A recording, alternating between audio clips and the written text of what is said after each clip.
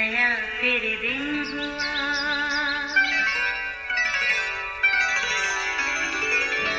नया फिर दिन हुआ, पुरानी रात का करे सो शुक्र हम खुदा की जात का, खुदा की जात का नया फिर दिन हुआ। आज की आयत। हमारे खुदा और बाप के नज़दीक खालिस और बेऐब दीनदारी ये है कि यतीमों और बेवाओं की मुसीबत के वक्त उनकी खबर लें। याकूब पहला बाब 27वीं आयत। अजीज़ों, एक बादशाह अपने महल में चहलकदमी कर रहा था। अचानक न जाने क्या उसके मन में समाया। उसने अपने सिपाहियों को बुलाया और हुक्म दिया कि महल के चारों तरफ दूर दूर तक जायज़ा लो और देखो कि क्या हालात हैं। सिपाही बादशाह की बात पर घबरा गए और एक दूसरे का मुंह देखने लगे। बादशाह उनकी बेचैनी को समझ गया। बोला, असल में मैं अपने महल को मज़ीद वसी करना चाहता हूँ। ये सुनते सिपाही फौरन अपने मिशन पर रवाना हो गए। चंद घंटे के बाद उन्होंने बादशाह को इर्द गिर्द के माहौल से आगाह किया। साथ बताया कि कहीं आसपास ही एक बुढ़िया की कुटिया भी है। बादशाह ने कहा, कुछ भी करो, बस मेरी ख्वाहिश हर सूरत में पूरी होनी चाहिए। खैर, बाकी मामला तो पैसे दे दिलाकर हल हो गए, मगर बुढ़िया किसी तौर भी अपनी कुटिया को छोड़ने के लिए तैयार ना थी। सिपाहियों ने पैसे का लालच भी दिया, मगर बेसूद। वो टस से मस न हुई। बोली, मेरे जीते जी तो ये नहीं हो सकता। जिस दिन मर गई तो ये जगह बादशाही को दे देना। सिपाहियों ने बादशाह को बुढ़िया की बात बता दी। इत्तफाक से एक दिन बुढ़िया कहीं गई हुई थी। सिपाहियों ने बादशाह को उसकी गैर मौजूदगी की खबर दी। मौका गनीमत जानकर उसकी कुटिया को गिरा दिया गया। ओहो, सच में जो हुआ बहुत गलत हुआ। अब आगे क्या होगा किसी को कुछ भी खबर नहीं थी।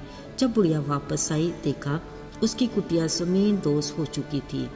उसने दुखी दिल के साथ खुदा से शिकवा किया कि आए खुदा, मैं तो यहाँ नहीं थी, पर तू तो यहाँ मौजूद था ना। फिर किसी की कैसे जुर्रत हुई कि वो मेरी कुटिया को गिराए।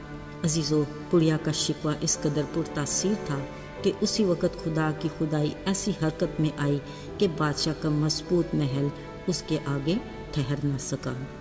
अजीज़ों, एक वो थी खुदा की इब्तदाई बस्ती जिसके मकीन आदम और हवा ताज़ा फल सब्जियां खाते, बाग़े अदन की 4 नदियों का ठंडा मीठा पानी पीते, जानवरों परिंदों के हमरा वक्त गुजारते। आदम खुशी से बाग की निगहबानी करता और हवा बाग में चहलकदमी से जी बहलाती। न फिक्र और न फाका, न आपस में तू मैं वाला कोई किस्सा। खुशगवार माहौल और पुरसुकून जिंदगी। और शाम ठंडे वक्त में खालिक खुदा से मुलाकात का इंतज़ार। फिर जब गुनाह की आंधियाँ चली, तूफान आए, तो खुदा की बस्ती की हैयत ही बदल गई। अब ये रही खुदा की बस्ती जिसके हम मकीन हैं। अगर हम संजीदगी से अपने आसपास का जायज़ा लें तो ज़िंदगी कम ही मुस्कुराती दिखाई देती है, जबकि दुख गम की परछाइयाँ कदम कदम पर डेरा जमाए बैठी हैं। गो के दिल मानता नहीं, मगर हकीकत यही है। ये बदी के वो सम्राट हैं जो बकसरत पैदा होते और माशरे में इंतशार का बायस बनते और माहौल को नाखुशगवार बनाते हैं, जिससे नस्ल इंसानी बुरी तरह मुतासर होती है। असल में इसमें किसी का दोष नहीं, हम इंसान खुद इसके जिम्मेदार हैं।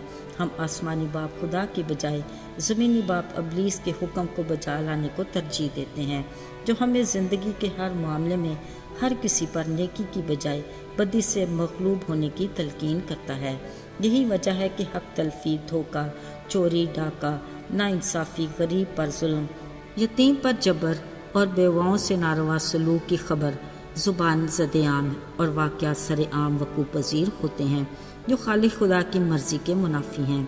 अज़ीज़ों, ज़रा सोचिए, वो मेहरबान और रहीम खुदा जिसने अपने सताने और अज़ियत देने वालों के लिए अपने बाप से मुआफ़ी की दरख्वास्त की, उसको ये किस तरह गवारा होगा कि इंसान ही इंसान का खुदा बन बैठे। अफसोस इस बात का कि आज हमारे माशरे में सबसे ज़्यादा पिसने वाला तबका यतीम और बेवाएँ हैं, जिन पर जुल्म और सितम के वाक़या से हम बखूबी वाकिफ़ हैं।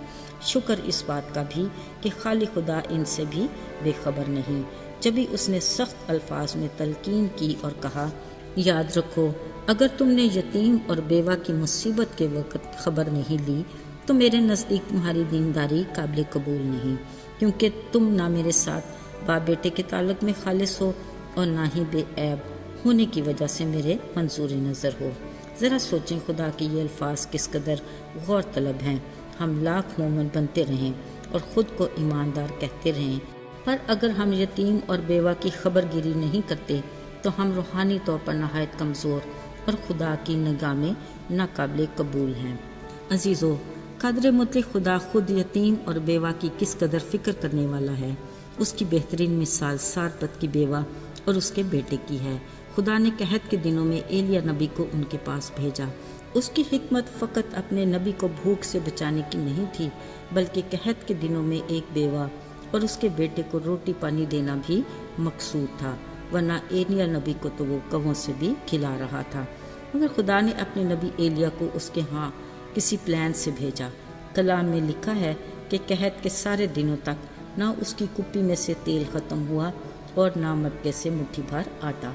عزیزو، یہ ہیں وہ برکات جو وہ آج بھی اپنے ایماندار لوگوں کو دینا چاہتا ہے۔ اس لیے اس نے کہا، تمہاری خالص اور بے عیب دینداری یہ ہے کہ تم یتیم اور بیوہ کی مصیبت کے دن خبر لو۔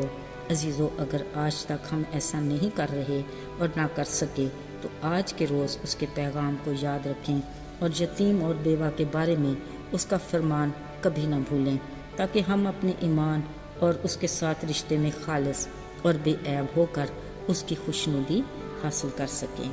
آئیے دعا کریں۔ آئے ہمارے آسمانی باپ، ہم تیرے شکر گزار ہیں کہ تو نے ہمارا ہر طرح سے خیال رکھا۔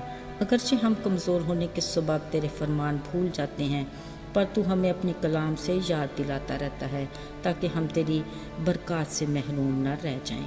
یسوع کے مبارک اور پاک نام میں آمین۔